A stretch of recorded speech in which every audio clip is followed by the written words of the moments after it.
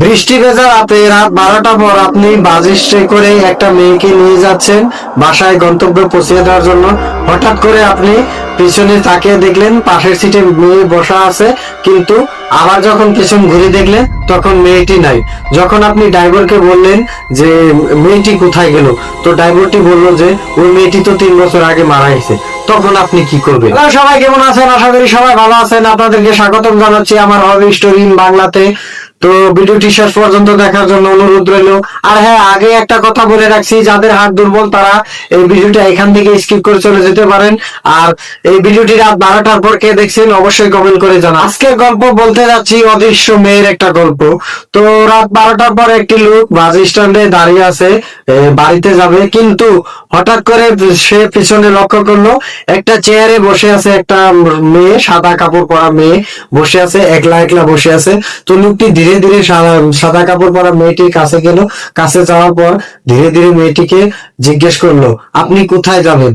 তো মেয়েটি অল্প ধীরে ধীরে বললো যে আমি তো এই সামনের বাসে চলে বাড়ি চলে যাব। তো ওই সময়ই একটা বাস চলে আসলো, পুরোনো বাস।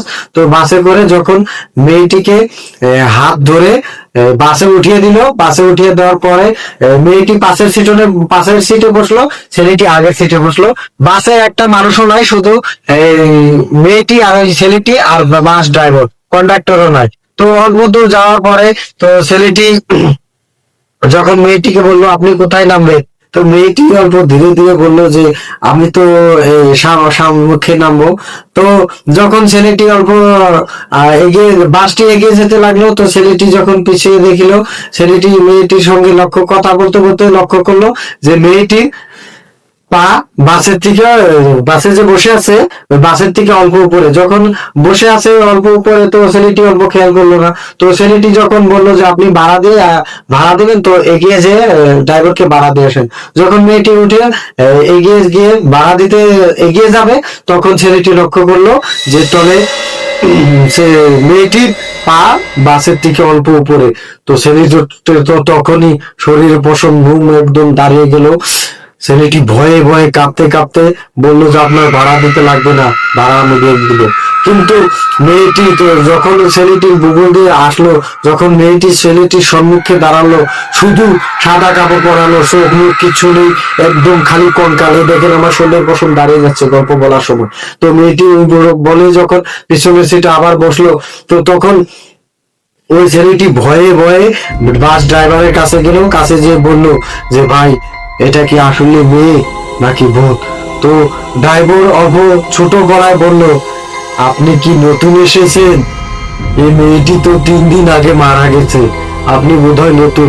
তো যখনই আবার ওই কথা শুনে যখনই পিছন দিকে তাকালো, দেখলো যে মেয়েটি নাই, কিন্তু এই বাসের জানলায় লেখা উঠলো, ধন্যবাদ আপনাকে বাড়িতে পৌঁছে দেওয়ার জন্য। দিন সকাল আর রাস্তার ধারে ওই ছেলেটি অজ্ঞাত অবস্থায় পড়েছিল। তো পাশে দিয়ে মানুষ যাচ্ছিল, তো ছেলেটিকে উঠিয়ে নিয়ে সুস্থ করার পরে ছেলেটি এই গল্পগুলো বললো।